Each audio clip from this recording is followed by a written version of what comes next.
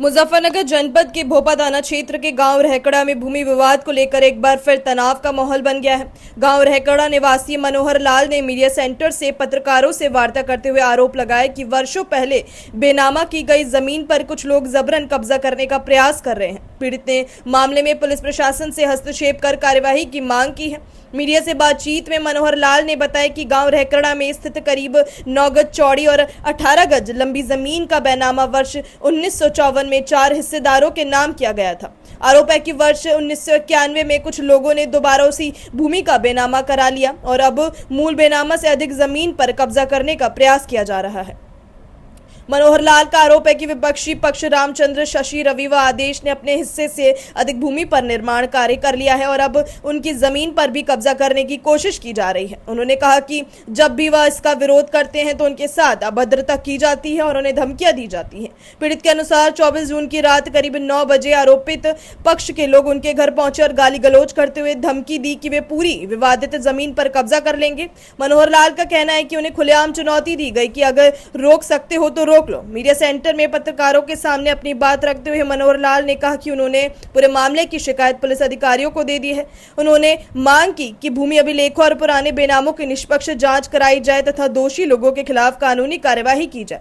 पीड़ित ने आशंका जताई कि समय रहते कार्यवाही नहीं हुई तो विवाद और बढ़ सकता है। उन्होंने जिला प्रशासन और पुलिस से मामले में हस्तक्षेप कर शांति व्यवस्था बनाए रखने तथा उनकी जमीन की सुरक्षा सुनिश्चित करने की मांग की।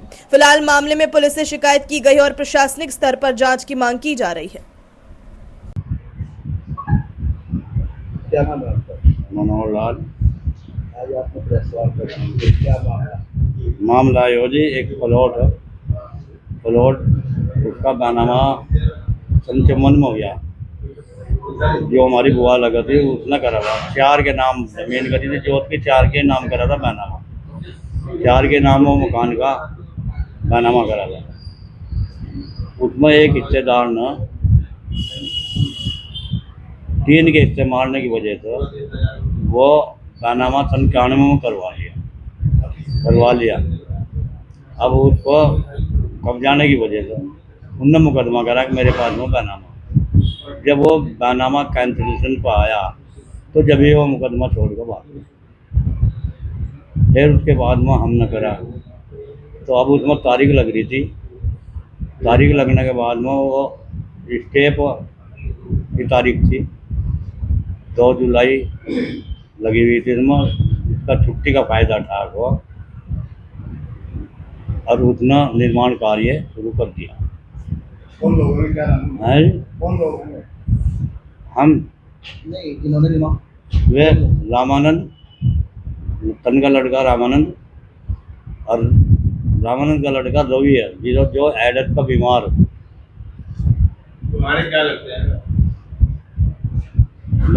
रामानंद लगता भतीजा।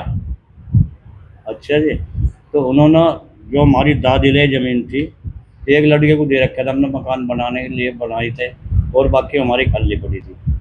तो वह ज़मीन भी, उसमें भी गेट लगाने का चक्कर चल रहा है उनका। तो मैंने प्रशासन को सब जगह दरखास्त लगाई, मेरी कहीं नहीं सुनाई हुई। अच्छा जी, तो आपसे निवेदन ये हो साहब, इसका निराकरण होना चाहिए और प्रशासन को कहना चाहिए भाई इसकी सुनवाई करी जाओ। कोर्ट में मामला चल रहा है। कोर्ट में मामला चल रहा है। उसके बावजूद गेट लगाया जा रहा है। हाँ, गेट लगाया जा रहा है। वो हमारी घर की ज़मीन में लगाया जा रहा है, जो हमारी दादी लाई ज़मीन है उसमें लगाया जा रहा है वो गेट। कितनी जमीन है इस वाले?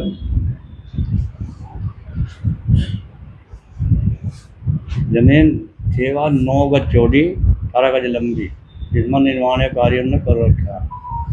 और उसमें 9 गज चौड़ी और 6 गज चौड़ाई वह हमारी दादी लाई ज़मीन भी दबा ली उसने, और बाकी में गेट लगाने की सोच रहा। तो लिहाजा मैं इसलिए आया मीडिया में, भाई ये इसका निराकरण होना चाहिए और प्रशासन को पूरा पता लगना चाहिए। ठीक है जी? नहीं वह हाथ जोड़ गए प्रार्थना कि यो प्रशासन को अवगत कराना चाहिए, भाई ऐसा ना होना चाहिए। जो गरीब आदमी, मुठभर आदमी वे मानते नहीं। शिकायत की है आपने कहीं? हाँ शिकायत की गई, कहाँ पे? बप्पा थाना को करी, एसपी के यहाँ से करी। क्या जवाब मिला? जवाब कुछ भी नहीं करना भाई, हम इसमें कुछ नहीं कर सकते, ये जवाब मिला हमारे जी। बताओ, अगर हम शिकायत लेकर कहीं जाएंगे अधिकारी के पास में तो कुछ ना कुछ तो सुनेगा ही, नहीं तुम्हारे पास में स्टे नहीं। जब उनके पास में स्टे, हमारे पास में स्टे नहीं, तो उन्हें कौन सा कोर्ट का ऑर्डर है निर्माण कार्य करने का? अगर कोर्ट का ऑर्डर हो ठीक है, हम मान लो निर्माण कार्य कर लो। जब कोर्ट का उनके पास में ऑर्डर नहीं तो हम क्या कर सकते हैं बताओ?